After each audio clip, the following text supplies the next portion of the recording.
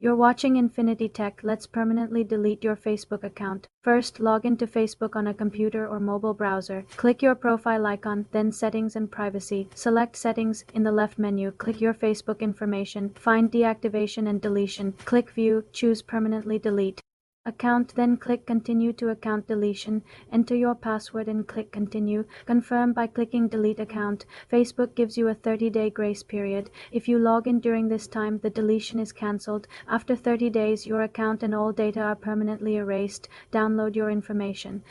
First, if you want a copy, go to Settings, your Facebook information, then download your information. Select your data range and format, then create file. Deletion is irreversible. Messenger will also be deactivated. If you used Facebook to log into other apps, set up new logins. For accounts managed by Meta Business Suite, you must delete the business assets first. For more simple computer tutorials, subscribe to the channel.